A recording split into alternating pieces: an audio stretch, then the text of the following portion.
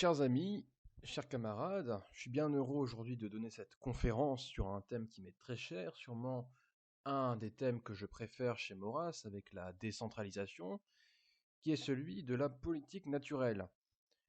La politique naturelle, c'est la préface de Mes idées politiques, lui-même un ensemble de textes, une anthologie de textes, sorti en 1937 et qui est considéré par les spécialistes littéraires de Maurras comme son opus magnum. Le sujet de la politique naturelle va être celui de la conception de la nature humaine et il va définir une anthropologie maurassienne. Car en effet, il est nécessaire de faire reposer une sociologie et une politique sur l'anthropologie. Si la politique a pour objet l'organisation des hommes, il faut partir de ce qu'est un homme.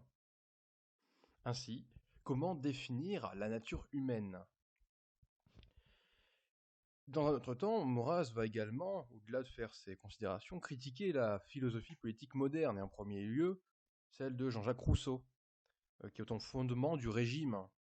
Et il va réfuter les principaux dogmes libéraux et démocratiques, individualisme, égalitarisme et contractualisme.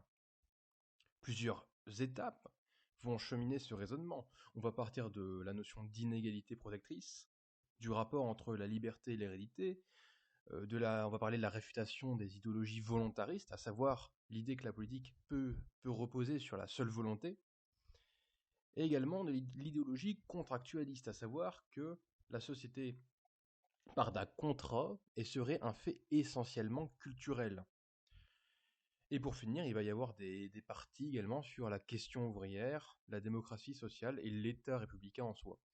Alors je ne vais pas suivre le plan du texte, mais seulement prendre les points les plus intéressants du livre et également les thèses auxquelles il s'oppose. En somme, la politique naturelle pose la question suivante. Qu'est-ce que l'homme? Qu'est-ce que la société?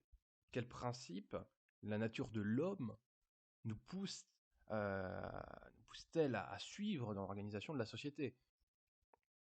Dans un premier temps, on peut se dire que l'humain est quelque chose de presque impossible à définir, et ça se définirait plus facilement de manière négative, tant il semble pris dans le fleuve du vivant, tout en s'en distinguant. La définition de l'humain est un problème en soi. Alors, on peut prendre une définition simple, mais vous verrez qu'on va rester sur notre fin. Un être humain est un être vivant, membre de l'espèce humaine. Il se différencie des autres espèces par son mode de déplacement bipède, son langage articulé, ses mains préhensibles et son intelligence développée. Et pour la société, on retrouve le même souci. Bon, on va avoir une définition consensuelle, mais pour l'instant, on n'avance pas. La société, c'est cette réunion de personnes qui tentent de concert vers une même fin. C'est un ensemble d'humains vivant dans un groupe organisé. Dans les deux cas, problème similaire, la question de la nature. L'homme, la société, fait de nature ou de culture? Je vais rappeler les fondamentaux simplifiés de trois écoles de ce débat. Premièrement, l'homme est un être purement culturel, à savoir que tout est construction, sociale faite par la société. C'est du coup ce qu'on appelle le constructivisme. Deuxième point, l'homme est un être purement naturel, à savoir que l'homme est un animal comme les autres, en plus évolué, et la culture est issue de la nature. Et de fait, on ne peut pas nier que la culture soit comme une seconde nature chez l'homme. Et troisième école, la nature humaine a un fondement naturel, mais l'homme a une marge de manœuvre que n'ont pas les animaux, à savoir la culture. L'homme est à la fois naturel et culturel. Mais le problème est de savoir dans quelle mesure les deux domaines s'articulent, s'il y en a un qui écrase l'autre, ou alors s'il y a une harmonie. Aujourd'hui, la conception dominante de la nature humaine est bien sûr celle de l'homme purement culturel, donc celle qui aboutit à nier l'existence même d'une nature humaine de fait. La dimension biologique, naturelle de l'homme est niée ou minimisée, il n'y a pas d'inné que de l'acquis. Résultat, tout est possible, on en revient à cette question de volonté, de volontarisme, qui va se répercuter, qui va avoir des répercussions sur le politique, à savoir la PMA à son père par exemple, la gestation pour autrui, tous les développements intellectuels autour de la question du genre, et bientôt le transhumanisme. Ou alors, je vais faire écho à une phrase très connue qui vient de Simone de Beauvoir, c'est la femme, on ne naît pas femme, on le devient, ce qui signifie que non, la femme ne tire pas sa condition de la naissance, mais de ce qu'elle va devenir, du champ social, de ce que les groupes qui l'environnent vont lui apporter. Voilà, ça c'est une thèse culturelle, constructiviste. Et vous verrez bien sûr qu'on s'y oppose. Mais d'où ça vient, cette idée? À l'origine de l'esprit de ces institutions démocratiques libérales, bien sûr, on a le courant des Lumières, de la modernité triomphante. Parce que la conception moderne de la société est issue du contrat. Donc Hobbes, John Locke, Rousseau, vous connaissez déjà ces noms. Les penseurs du contrat ont une conception de l'homme reposant sur des principes abstraits et des postulats erronés ou invérifiables. Premier postulat. La nature est bonne, raisonnable, et la raison est naturelle. Chose à démontrer. La nature peut être bonne, elle peut donner de ses fruits, mais elle peut donner aussi de ses maladies. Résultat, un autre postulat, la bonté naturelle de l'homme, toujours indémontrée, et franchement discutable, et également le fait que les hommes soient égaux dans la nature. On aboutit à une vision mécaniste de la société, de même que les molécules exercent les unes sur les autres une action réciproque, avec une égalité parfaite. Dans le domaine social, les hommes fonctionnent sur le principe du contrat social, à savoir l'échange équilibré de droits et d'obligations entre plusieurs individus, duquel chacun cherche à tirer une satisfaction maximum. Ces pensées considèrent les hommes comme des individus donc, autrement dit des particules. Or, on ne connaît pas d'hommes sans société. Et tout cela nous pousse à penser un état de nature, imaginaire, sans base historique, dans lequel chacun aurait vécu pour soi-même, sans rapport avec les autres. Pas de famille, pas de langage, pas de loi, pas de propriété. Ce qui est difficilement imaginable en réalité, puisque jusqu'à nouvel ordre, les hommes ne sortent pas de la terre ou ne poussent pas sur les arbres. Pourtant, de l'aveu même de Rousseau, cet état est un état qui n'existe plus, qui n'a peut-être point existé et qui probablement n'existera jamais, et dont il est pourtant nécessaire d'avoir des notions justes pour bien juger de notre état présent.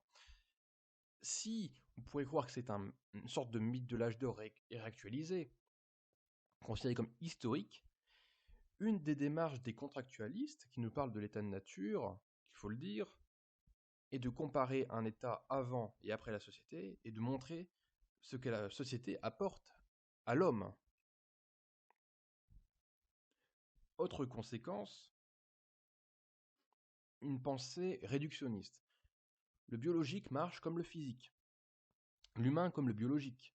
L'homme est cette animal-machine, c'était une idée de Descartes, mais il connaît une différence avec l'animal, à savoir que l'homme est un agent libre et il est perfectible. Et pour Rousseau, cette caractéristique, donc la liberté et la perfectibilité, est la cause des malheurs humains. La liberté entraîne l'inégalité, forcément, et rend l'homme mauvais. Pour vous rappeler ici à quel point l'idée est prégnante dans le régime actuellement, je me rappelle d'une phrase d'Emmanuel Macron d'il y a 2 ans, il me semble, qui nous disait qu'il croyait en l'homme, en l'individu, unité libre et raisonnée. Donc là, c'est un héritage directement des Lumières. Il n'y a pas de détour. Donc, si la nature est raisonnable, donc bonne, tout fait de culture devient suspect, et il est susceptible d'être mis en question par la raison. La société est dès lors vue comme pouvant être l'œuvre de la raison. Je vais citer le discours sur l'origine de l'inégalité entre les hommes. L'inégalité, étant presque nulle dans l'état de nature, tire sa force et son accroissement du développement de nos facultés et des progrès de l'esprit humain, et devient enfin stable et légitime par l'établissement de la propriété et des lois. Autre phrase, ça c'est du contrat social, l'homme est né libre et partout il est dans les fers. Ainsi, la société va se fonder sur l'échange, qui naît de la division du travail. Donc on va lancer la primauté de l'économie. La naissance de l'agriculture, fait économique, va provoquer la naissance de la société. Je recite. Le premier qui, ayant enclos un terrain, s'avisa de dire « Ceci est à moi », et trouva des gens assez simples pour le croire, fut le vrai fondateur de la société civile. Ainsi, on a une première théorie de l'aliénation et de l'exploitation. La propriété crée les inégalités. Or, on l'a vu, toute inégalité est mauvaise, puisque la nature est égalitaire. Va naître le ressentiment alors. C'est Sainte-Beuve qui dira « Rousseau a été laqué, on s'en aperçoit ». Mais on peut poser cette question aux philosophes, mais comment retrouver l'état de nature tant convoité? Si la société est mauvaise, c'est qu'elle met l'homme sous la dépendance de l'homme, et non sous la dépendance, et pas seulement sous la dépendance des choses. Le seul moyen de régler le problème de l'égalité, c'est de substituer la loi à l'homme. Ce qu'on appelle la volonté générale doit avoir un pouvoir supérieur à toute volonté particulière. La somme de ces volontés particulières formant la volonté générale. On va rechercher un despotisme sans despote, une formule pour niveler les hommes dans le respect de la loi, si besoin sous les ordres d'un seul. Et cette formule, c'est le contrat. En effet, si les hommes sont égaux, ils ne peuvent former d'association qu'à travers un contrat pour que chacun s'unisse à tous, n'obéisse pourtant qu'à eux-mêmes. Et restent au final aussi libres qu'auparavant. C'est le moyen donc pour que l'homme puisse au sein de la société atteindre l'autonomie parfaite de la nature. Problème, on crée un schéma dualiste opposant la nature et la culture. La liberté, l'égalité, la bonté de l'homme naturel, battue en brèche par l'apparition de l'histoire et de la société. Ainsi, à partir d'une métaphore purement littéraire, Rousseau déduit que la société est une aberration historique. Or, on l'a vu, l'état de nature est une fiction, ce qui confirme sans difficulté l'histoire, ce que confirme sans difficulté l'histoire. L'homme est un animal social, et n'était ni meilleur ni pire, il y a 3000 ans qu'aujourd'hui. Il y a bien eu une révolution néolithique, avec l'adoption de l'agriculture. Mais l'homme d'avant n'a rien à voir avec ce qu'imaginait Rousseau. Nous savons même aujourd'hui que dans la nature, les animaux qui nous sont les plus proches vivent en groupe hiérarchisé. De même, la nature de Rousseau est une projection de ses désirs, un jardin à l'anglaise, cette nature domestiquée, mais travaillée pour avoir l'air un peu sauvage. La nature ne doit être, au final, il faut le dire, ni bonne ni mauvaise, mais elle doit se contenter d'être. Et elle est surtout le lieu d'une lutte pour la vie et pour la survie. Parce que le chant des oiseaux, perçu comme une mélodie champêtre, est également le résultat d'une lutte pour la défense d'un territoire ou la séduction d'une femelle. Fausse nature, ainsi fausse raison, puisqu'elles occultent l'agressivité naturelle de l'homme, les théories du contrat et l'état de nature sont condamnées à être démenties par les faits. Toute théorie, doctrine ou idéologie reposant sur la bonté de la nature et la perversion de la société est une pensée utopique, avec parfois des dérives totalitaires.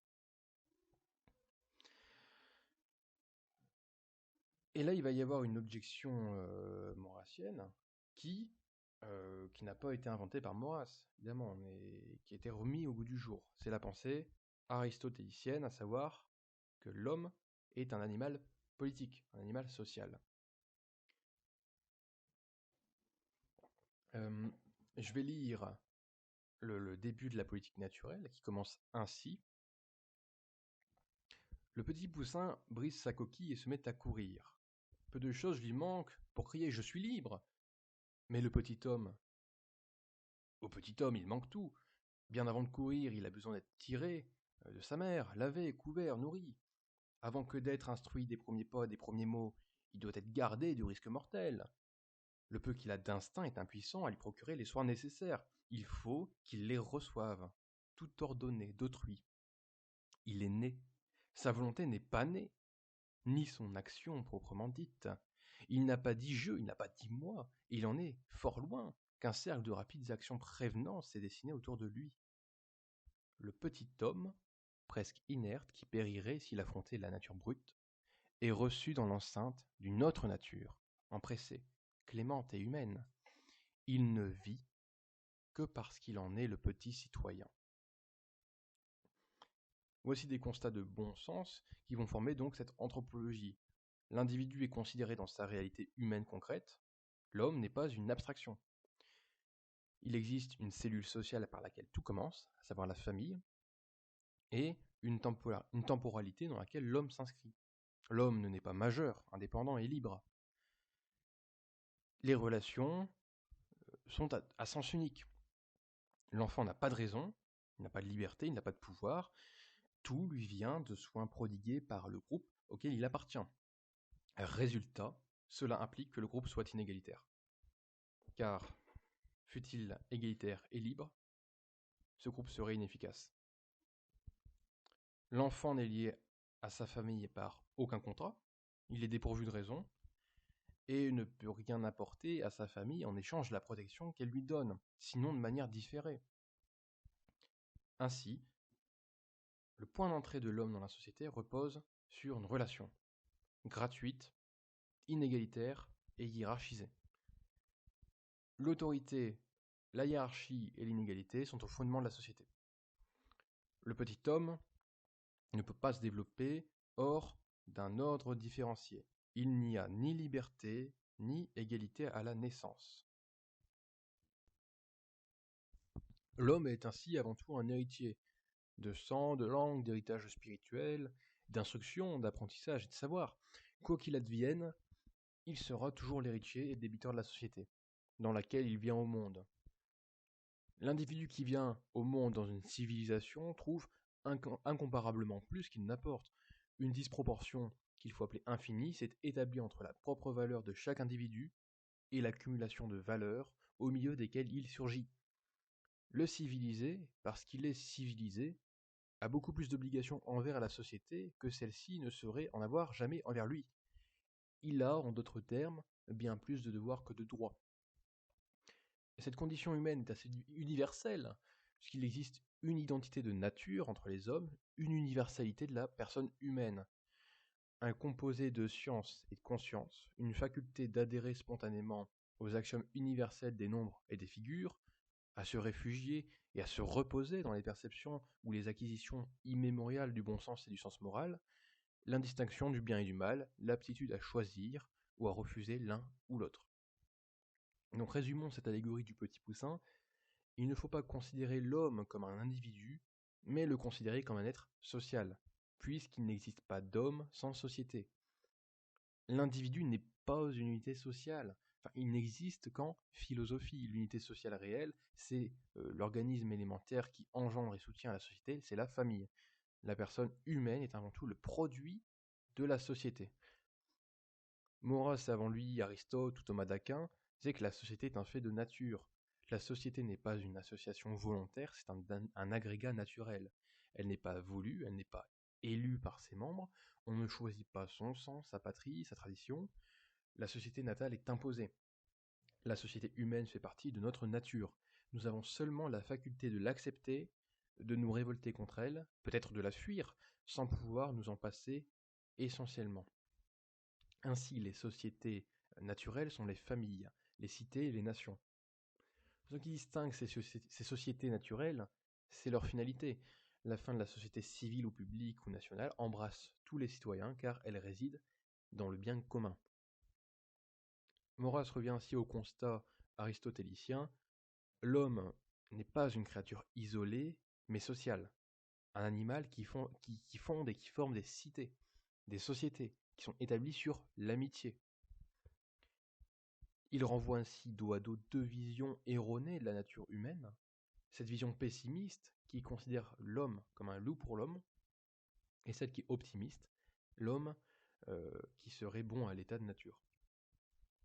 Maurras rappelle au contraire qu'il y a une ambiguïté dans la nature humaine. S'il existe une amitié naturelle de l'homme pour l'homme, animal social qui a besoin de son semblable, il lui arrive d'éprouver la nécessité de se protéger contre lui. Visage de Dieu, visage de loup, l'expression alternante du visage de l'homme en présence de l'homme résulte de sa constitution et de sa loi. Naturellement philanthrope, naturellement misanthrope. L'homme a besoin de l'homme, mais il a peur de l'homme. Les circonstances seules règlent le jeu de ces deux sentiments qui se combattent mais se complètent. Ainsi, la contradiction initiale est résolue. La société est à la fois nature et culture. Comme l'est l'homme, il faut tenir compte des deux paramètres. Quelles conséquences alors sur la nature humaine? Si l'homme se définit avant tout à sa nature, par sa nature sociale, qu'en est-il dès lors de la liberté humaine? L'homme est-il libre? Et dans quelle mesure? Horace n'affirme pas que l'homme est dénué de liberté ou que la liberté soit mauvaise, car l'homme dispose d'un libre arbitre. L'existence d'une nature humaine englobante n'empêche pas que chaque homme possède son caractère propre, en effet, ce qui implique une certaine liberté. De la liberté naît la diversité humaine, mais également l'inégalité entre les hommes. L'inégalité n'est pas mauvaise en soi, puisqu'elle est au fondement de la société, et puisque de l'inégalité naît également l'association. Je cite, rien de plus naturel à l'homme, faible, il se trouve trop seul, fort, il ne se sent jamais assez suivi ou servi. L'inégalité des valeurs, la diversité des talents sont les complémentaires qui permirent et favorisèrent l'exercice de fonctions de plus en plus riches, de plus en plus puissantes. Cet ordre né de la différence des êtres engendre le succès et le progrès commun. Ainsi, l'égalité n'est pas un bien en soi. L'homme a beau être libre, il est citoyen, et un citoyen qui n'agit jamais seul. Il doit tenir compte des autres membres du groupe social. Ainsi, la liberté chez Maurras, c'est pas ce principe abstrait et indéfini, c'est une liberté limitée, par le mal, par la mort, et qui prend son sens par rapport à la nature sociale de l'homme, qui est hiérarchique et inégalitaire. La liberté doit être pensée par rapport à l'autorité, ne serait-ce simplement que pour faire respecter l'ordre public. Il y a aussi une nécessité, la liberté doit être finalisée. On doit lui donner une fin. Cette fin, nous l'avons vu dans le domaine social, c'est le bien commun. C'est une définition à rebours du libéralisme qui, au contraire, postule la liberté comme une fin en soi, sans la définir par rapport à un but. Je vous rappelle l'ouvrage de Benjamin Constant qui parlait de la liberté sur le sens des anciens ou des modernes, mais là on est en plein dedans. Au contraire, pour Maurras, la liberté n'est pas au commencement mais à la fin. Elle n'est pas à la racine, mais aux fleurs et aux fruits de la nature humaine, ou pour mieux dire, de la vertu humaine. On n'est plus libre à proportion qu'on est meilleur. Il faut le devenir. Nos hommes ont cru s'attribuer le prix de l'effort par une déclaration de leurs droits fameuse, en affichant dans leurs mairies, dans leurs écoles, leurs ministères, leurs églises, que ce prix s'acquiert sans effort. Mais afficher partout que chacun est millionnaire, vaudrait-il à chacun ombre de millions? Direz-vous que c'est un droit à la liberté? Le droit au million ne serait pas plus vain? La liberté, principe métaphysique, est une chose, les libertés en sont une autre. Ainsi Maurras va plus loin en poussant la logique libérale au bout de ses conséquences les plus funestes. La liberté du fou s'appelle folie, celle du sot, sottise, celle du bandit, banditisme, celle du traître, trahison, et ainsi de suite. Dire que les libertés se limitent les unes les autres est tout à fait juste de l'état sauvage ou de l'état d'anarchie. Cela signifie simplement que les forts oppriment ou exploitent les faibles, tant que les faibles ne se révoltent pas contre les forts. La liberté conçue comme régime ou comme principe, c'est un chaos, généralement douloureux.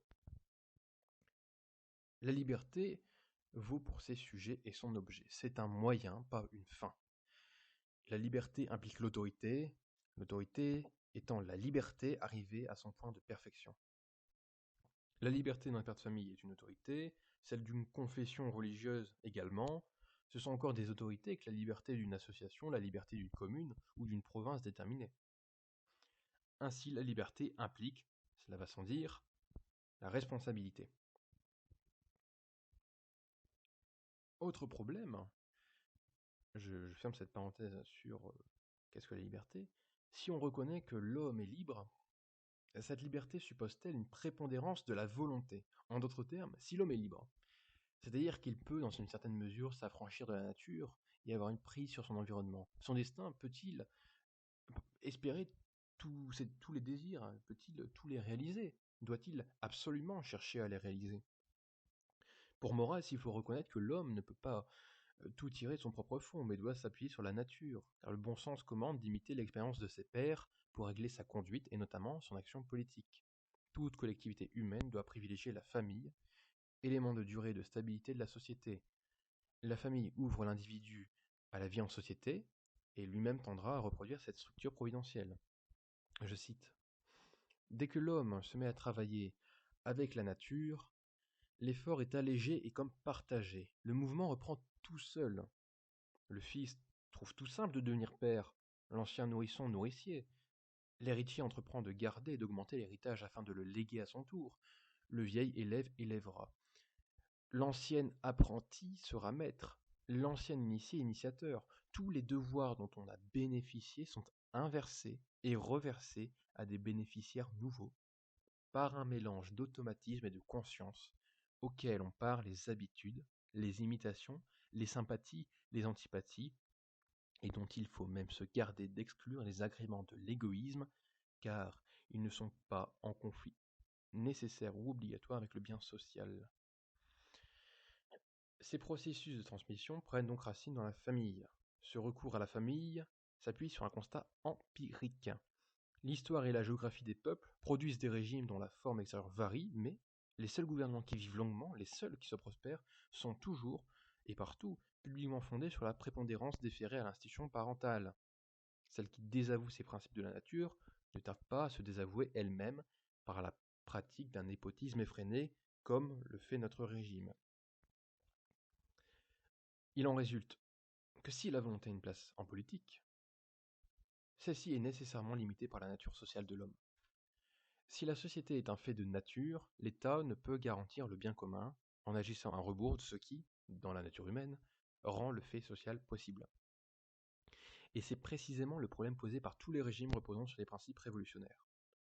L'esprit révolutionnaire croit à la politique appelée à donner des prix aux individus.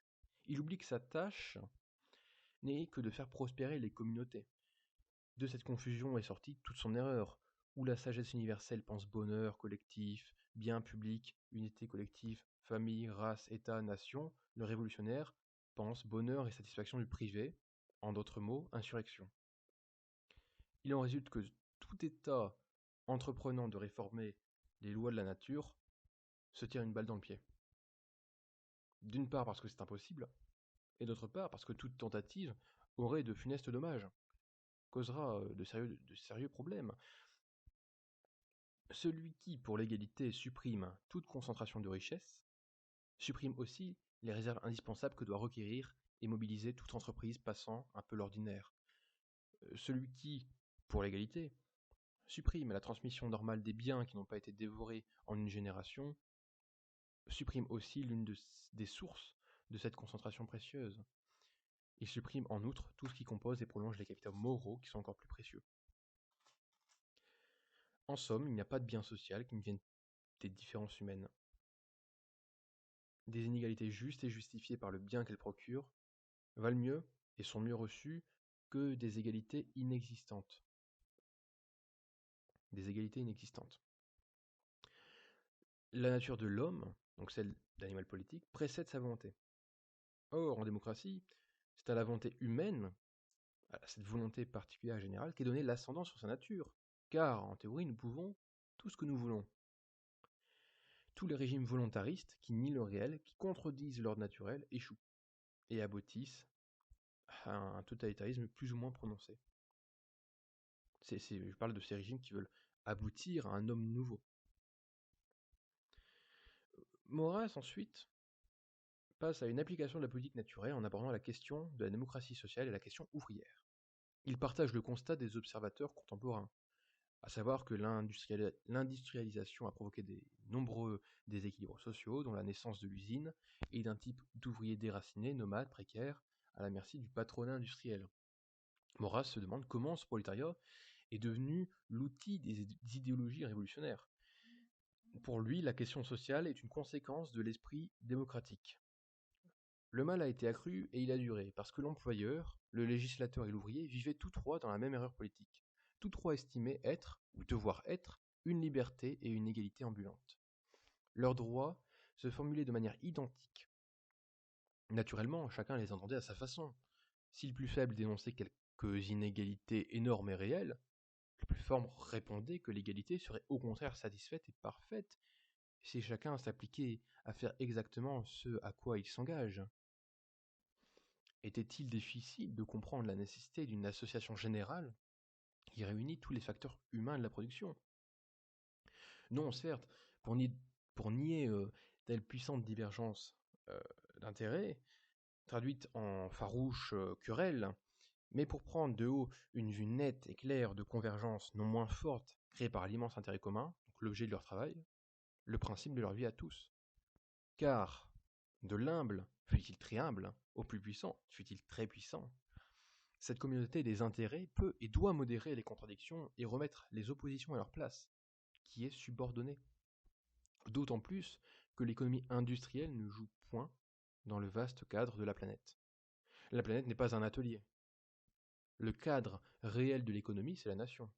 Si telle grève ouvrière a fait annuler les commandes étrangères reçues par les patrons français, ces commandes sont transférées à des industries d'outre-Manche ou d'outre-Rhin. Et nos patrons ne sont pas seuls à en souffrir. Le travail qu'ils ont ainsi perdu a été également pour les ouvriers. Les uns sont privés de bénéfices, les autres de salaire. Si la grève de nos mines oblige à importer du charbon, salaires et bénéfices perdus chez nous sont regagnés à l'étranger, sur nous. Bref, ouvriers français et patrons français perdent et gagnent ensemble. Toute guerre des syndicats patronaux et ouvriers rencontre sa limite nécessaire dans l'intelligence du sort commun, qui est soumis au commun national. L'idéologie démocratique affirme que la société est formée d'unités égales, mais une telle société, on l'a vu, ne peut pas exister. Les seules sociétés viables reposent sur des groupes inégaux, ce que cherche à détruire la démocratie. La lutte des classes occulte la lutte constante qui existe au sein des élites, quelles qu'elles soient, et dont elle est en grande partie issue.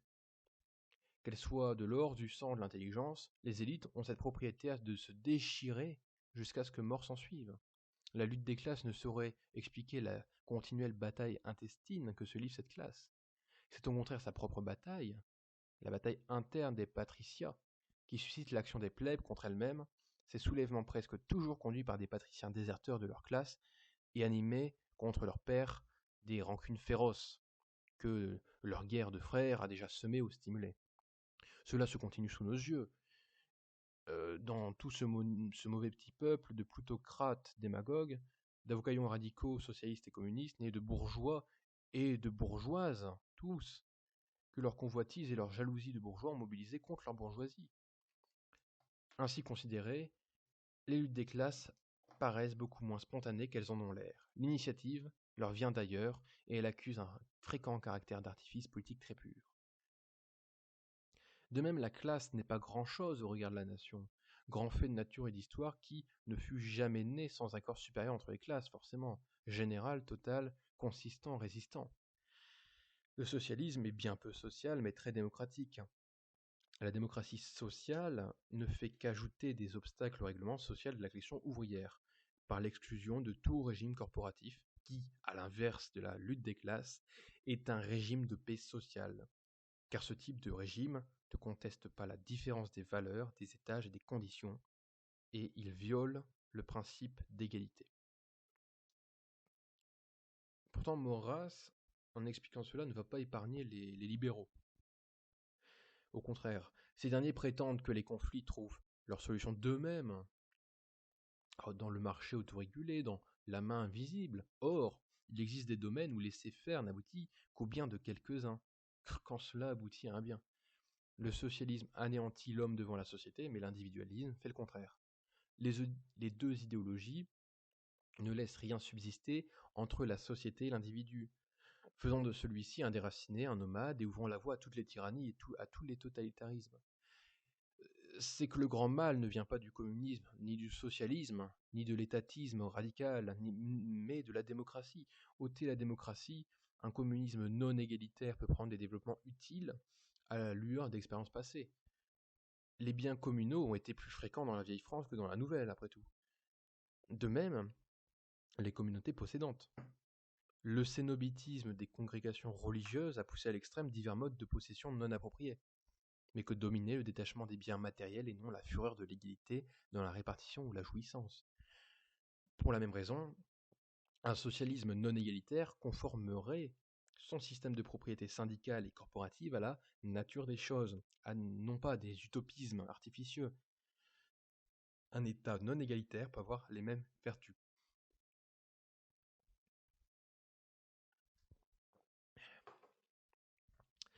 Ainsi, où vont les Français?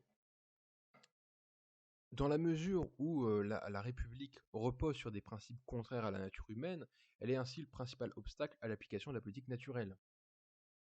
Le problème, l'erreur de la démocratie libérale est devenue une habitude de langage, de pensée, à laquelle se cramponne plus d'un esprit peu cultivé ou non, de capitalisme, de patron ou de possédant. Est nécessaire donc une rénovation intellectuelle. Que devant un risque aussi grave, le meilleur du pays ne se lève pas avec la décision qu'on attendrait de lui, que le profond des plus belles âmes, la pure cime de la piété civique et du dévouement social, ne soit pas même baigné des lumières suffisantes, et que ces lumières ne viennent pas d'où elles devraient venir, cela augmente horriblement tous nos périls immédiats. En somme, il faut connaître les vérités de la nature, ou il faut périr sous leur coup. La politique ne saurait s'appuyer sur des abstractions, mais remonter aux principes, au rapport entre le volontaire et le naturel, le moral, le physique, dans la réalité sociale de l'homme. La République trompe et laisse les personnes se tromper en substituant une foi à la connaissance, alors que la bonne foi vient de la connaissance. Cette substitution aboutit systématiquement à un état qui prend une ampleur de plus en plus totale. Et je vais finir sur une citation.